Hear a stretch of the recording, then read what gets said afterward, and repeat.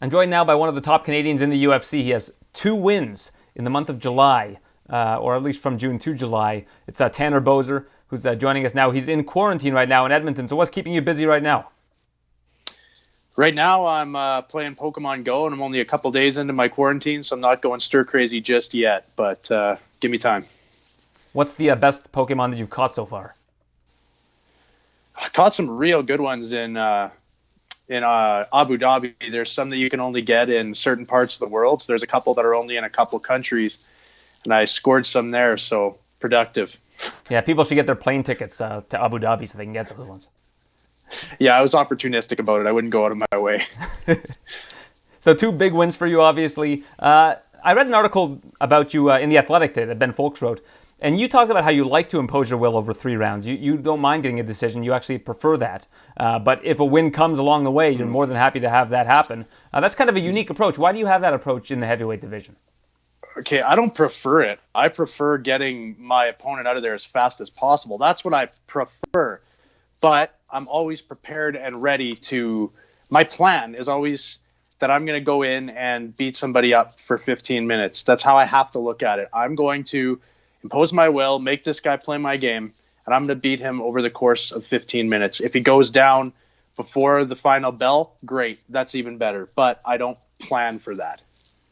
One thing that I don't think should be understated going into this previous fight against Pessoa was you had a lot of hurdles along the way. So you had to quarantine, and then you could only train for, I guess, a couple days before going to Abu Dhabi. You get to Abu Dhabi, and then I understand you had some issues with your cornermen as well?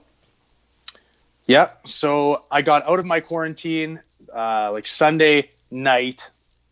So Monday morning, I'm about to head to the gym, and I get the call for that fight. So I had 3 days in the gym. Tell me I got to fly out Thursday. So I trained really hard for 3 days, like puking, just trying to morph my body back into shape, just straight up abusing myself at that point. Then when we get there, everything's okay. But then on fight day, one of my corners gets a coronavirus test back as positive. They said the chances of this have to be almost impossible because everybody there has already been tested multiple times. So it's kind of inconceivable that he could get it. So it's probably a false positive. But then they had to retest, but my cornermen were sharing a room.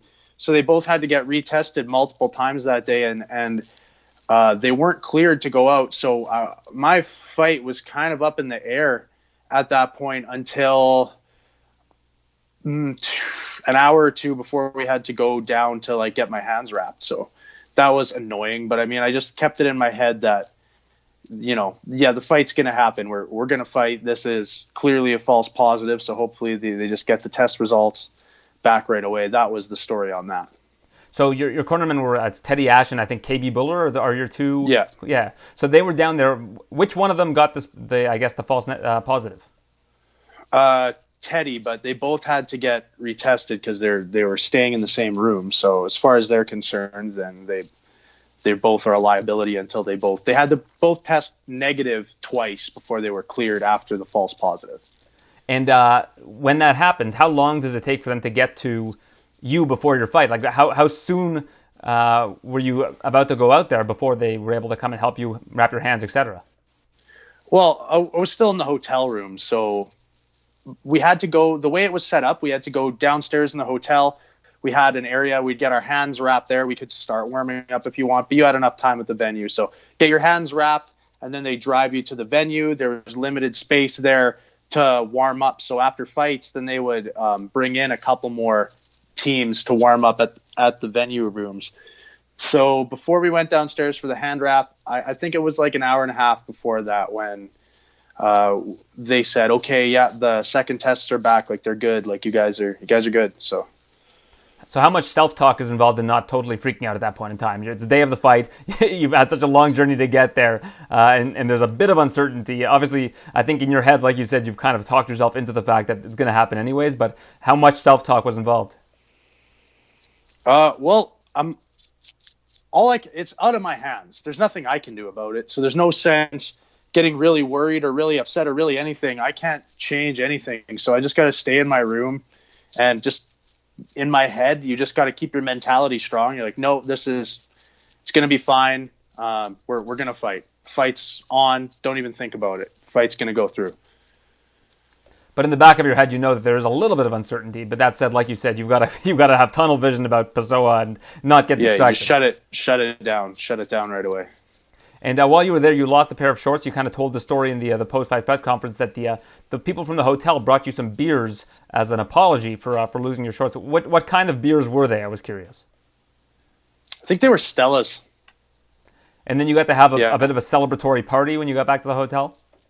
Well, we had those Stellas, and we got we got a bunch more beer ordered to the room. So, yeah, we watched the undercard on TV downstairs in one of the warm-up rooms.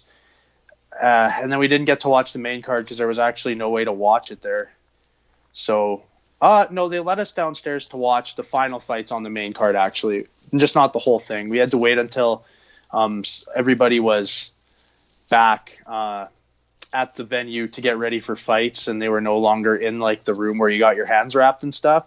So yeah, we actually were down there. We got in shit for having beers down there, so we had to chug those beers and save the rest for later. But we did end up watching the last few fights. Yeah.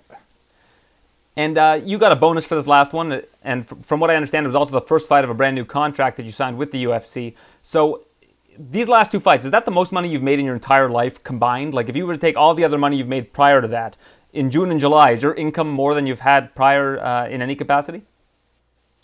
Well, not combined. Like I worked a decent job for several years in Bonnieville, so it's not like this will be the most money I'll have had at one time, for sure.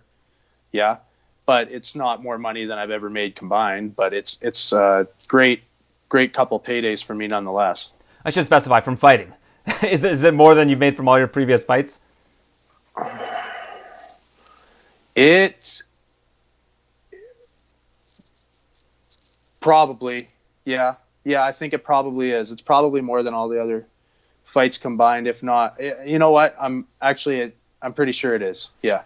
So when do those checks clear? When do you get to look at your bank account and look on your phone or whatever, your computer, and say, "Wow, this is kind of cool"? Should be in the next day or two, but I can't look at it like that and be like, "Oh, it's cool yet." I got to pay taxes on it. I got to pay my manager, etc. So I don't get to look at it and think it's awesome until I've paid off everybody I have to pay off and then see what I have to work with after. You're a very pragmatic guy. I get that sense from talking to you and from reading about you. What do you plan on doing in terms of saving the money, in terms of what you're going to do next in your career and all of that? In terms of saving the money, well, first I'm going to pay off my truck and pay off my last year's taxes is the first things I got to do. And then saving the money, I don't really spend much money on stuff. I buy food, like on the weekend I like to eat out a few times and stuff, but I don't buy things very often. So besides food, like I said, spend a lot of money on gas driving around. I drive a truck around and make mad kilometers training all the time, but I don't buy a bunch of expensive stuff I don't need. So I would like to save up money and be able to buy a house at some point. That's what I'd like. So even if I have to stay in my apartment for a little while longer, that's okay if I'm working in that direction. And now you're a full-time fighter, correct? You don't have any other jobs? Yeah, that's correct. And how much of a relief is that for you, that you get to put all of your energy into this one thing? I liked my job at Diamonds that I worked for like 6 years. It didn't interfere, in my opinion. I think it's better for me that I don't work at these things in terms of MMA because I won't eat late at night. Sometimes you get off shift at like 3:30 in the morning and you're just starving. You're not really. It's hard to not eat something like calorie dense before bed, you know? So I'd probably get in better shape with a more regular sleep schedule and without having the need to eat at stupid hours. But it's not a relief in the sense of like, oh, thank God I had to work these awful jobs. No, I really didn't mind. The last couple of places I worked, I liked the guy I worked for and stuff. Good guy. I wasn't a fan of the bars. So I'm happy I don't have to go work in those bars. The music alone was enough to make me want to put a bullet between my ears. So yeah, that's it. I guess it is definitely nice. If nothing else, it's kind of a sign that at least I'm doing better than before, doing well. I don't have to work a job that like these ones that I didn't really want to. Well, I'm going to put two and two together here. You worked at a place called Diamonds that closed at 3:30 a.m. Was this a gentleman's club? Yeah. It burned down last August. So since then, I haven't had a job there. Obviously, I worked at a couple other clubs shortly after. From I think September, I started in them, and I worked in them until the coronavirus pandemic and the bars closed. And they've reopened, but I since have just said no thanks. I don't really want to come back.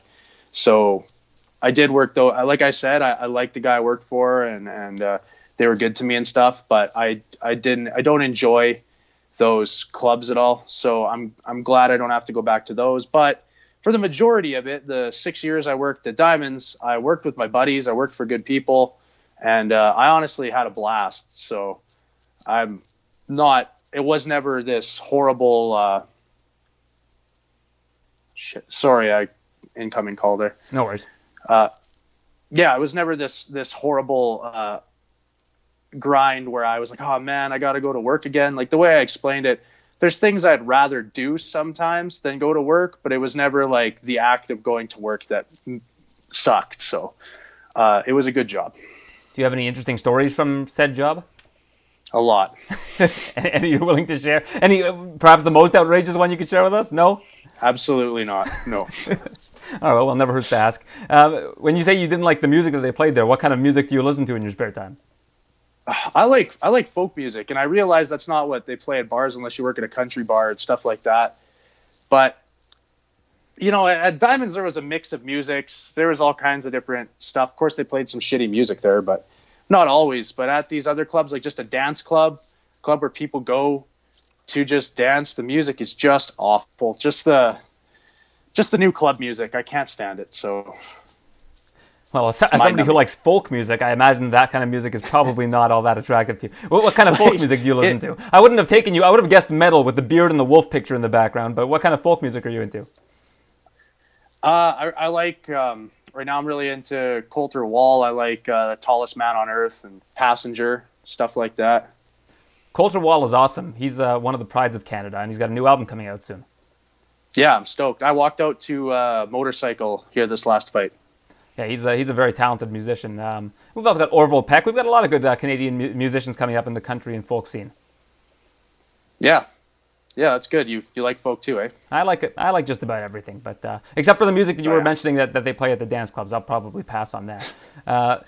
So now that you have these two fights behind you, and it seems like you've made a really big name for yourself. You've got a lot of, I guess momentum is the right word to use. Is there anybody you have your eye on in the heavyweight division? Any are you looking to fight a ranked opponent next, or are you just going to take what comes to you? Well, I called out Maurice Green, so a couple times. Called him out twice, so yeah, he's got it coming. But if not him, it really doesn't matter. If they want to give me a ranked guy, great. If they want to give me Maurice Green, great. I'm just going to accept whatever fight they want me to take, honestly. So I've tried to call my shots. If that comes to fruition, great. And if not, oh well, fight whoever. A lot of people will say that, but then they won't take difficult fights. But you fought Cyril Gane, a guy who I think is going to be in the heavyweight title mix in the future, as I think your second fight in the UFC. A very difficult opponent. You actually made a very good account for yourself, went the distance. I'm sure you would have preferred to win that fight, but he's obviously a very difficult opponent. Was there any thought put into taking that particular fight, knowing how talented Gane is? He's very well known in Canada as well from his days in TKO. They offered the Gane fight. That's what it was. I said I wanted to fight. They said, okay, fight Cyril Gane. So that's it. Then I fight Cyril Gane. That's the entire decision-making process right there. I know Gane is good, but I thought I could beat him. And I still think if I got everything, rolling and working perfectly that night, I could beat Cyril Gane. But I didn't beat Cyril Gane. He's really, really good. And maybe he beats me more times out of 10 than I beat him. That's fine. I fought him and I figured that out. But you don't know that until you fight a guy. So yeah, I will. I'll take any fight that they offer me. So I'm good for that, And Edmonton's has a really strong up-and-coming MMA presence. Your gym in particular is kind of the home for MMA in Edmonton. Tell me about some other guys you train with and who you think we'll see in the UFC one day. I know Teddy was on Contender Series last year, fell short, but still a prospect to watch in Canada. Yeah, Teddy for sure. The guy's great. He didn't win that fight in Contender Series, but Teddy can't be far away from getting a call for the big show. He's probably just got to get another win under his belt, but the coronavirus has put a nix on a couple fights he had lined up. KB Buller's fighting in the Contender Series this fall, so you're going to see big things from him. He's a wicked fighter. Other guys from the gym, I wouldn't be surprised if you saw Graham Park end up on a Contender Series or something like that in the future. And Christian Larson, one of my main training partners, big heavyweight. Spencer Jebb is been fighting in M1. We don't know when M1's going to start having shows again, but Jebb is always a dangerous dude at 170. So we definitely have a lot of guys that are right on that. Well, they're at that level. They should be on the cusp of getting called at any time, I would think. Well, as a fellow Canadian, I'd like to thank you for introducing the word chiclet into the UFC dialogue. I think that's a word that really made you stand out among Canadians that particular night. Oh, that's good. Yeah. I've heard the term spitting chiclets my whole life, so. And with the beer that you opened with your teeth, what's the method for doing that? You just kind of put it in the gap and pull and twist? No, I use the one tooth to just go underneath the tab and then pull it back and push it with the front of the tooth. Okay, I was picturing you biting right through the aluminum, so I got that wrong. That is a tougher thing to do, I guess. Yeah, I haven't done that. I'll try that, though. I'll try that as soon as I'm out of quarantine and I go mix a few beers in here. Does it work with beer bottles also? Only when I'm super drunk. Otherwise, you'll have a bigger gap if you push. Otherwise, it hurts really bad. Yeah. All right. Well, it's a pleasure speaking with you, and I look forward to more success from you in the future, Tanner. Thanks for this. Really appreciate it, and best of luck with everything. Yeah. Thank you very much. Appreciate the time.